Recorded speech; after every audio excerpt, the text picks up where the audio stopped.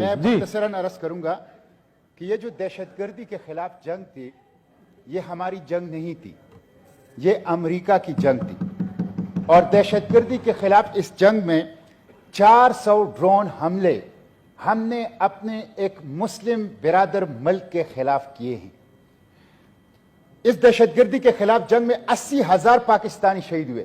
یہ اتنی تعداد ہے کہ جو 1948، 1965، 1971 اور کارگل کی جنگ کے شہداء کو ملا کر یہ اس سے زیادہ ہے۔ اس دہشت گردی کے خلاف جنگ میں 140 ارب ڈالر کا نقصان ہوا۔ ہمیں ملے کتنے؟ 10-12 ارب ڈالر۔ ہم نے اپنے ملک کا، اپنے عوام کا، امریکہ کے لیے 140 ارب ڈالر کا نقصان کیا۔ سوشل فیبرک پاکستان کا وہ بالکل تباہ و برباد ہو گیا مسٹر چیئرمین۔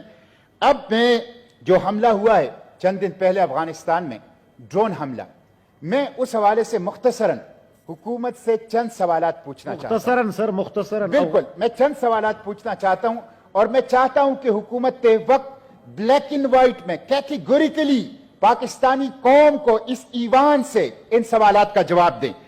ایک تو یہ ہے کہ یہ جو حملہ ہو رہا تھا اس سے 2 دن پہلے وزیر ہوابازی سعد رفیق صاحب کا بیان آیا ہے کہ پاکستان کے اوپر بہت زیادہ پریشر ہے ایئر سپیس کے لیے، بہت زیادہ پریشر ہے ایئر سپیس کے لیے۔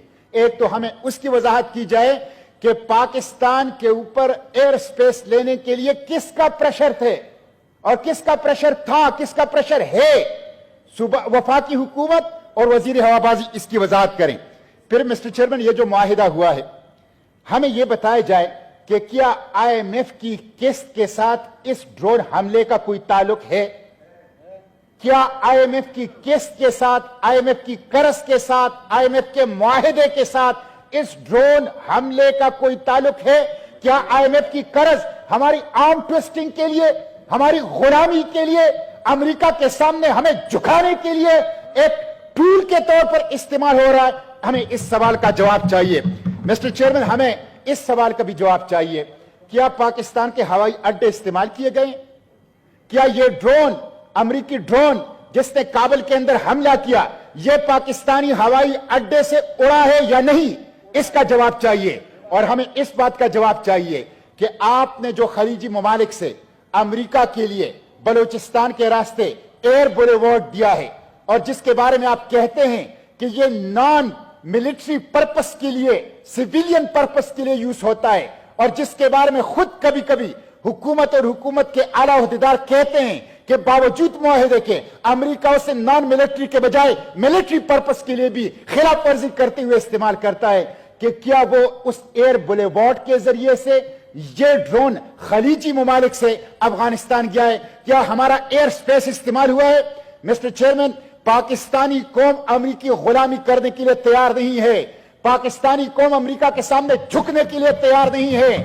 چند ڈالروں کے عوض پاکستان کی مٹی کا سودا، پاکستان کی ہوائی ایئر سپیس کا سودا، اور پاکستان کو اپنے برادر ملک کے خلاف استعمال کرنے کا سودا پاکستانی قوم کو قبول نہیں ہوگا۔ وزیر دفاع کو آنا چاہیے، وزیر خارجہ کو آنا چاہیے، وزیر اعظم کو آنا چاہیے، اور قوم کو ان سوالوں کا پارلیمنٹ کے فلور پر جواب ملنا چاہیے۔ پاکستان غلام نہیں رہنا چاہتا، پاکستان امریکہ کی غلامی قبول نہیں کرے گا۔ امریکہ کی غلامی کے اندر پاکستان کی معیشت تباہ ہو گئی، پاکستان کے آرم فورسز کے جوان شہید ہو گئے، پاکستان کی سیویلین شہید ہو گئے، ہمارے مساجد، ہمارے مدرسے، ہمارے بازار اس کی وجہ سے دہشت گردی کے مراکز بن گئے۔ ایک منٹ کا مطلب چیئرمین، حکومت ان سوالوں کا جواب دے اور پارلیمنٹ کے فلور پر اپنی پوزیشن واضح کرے۔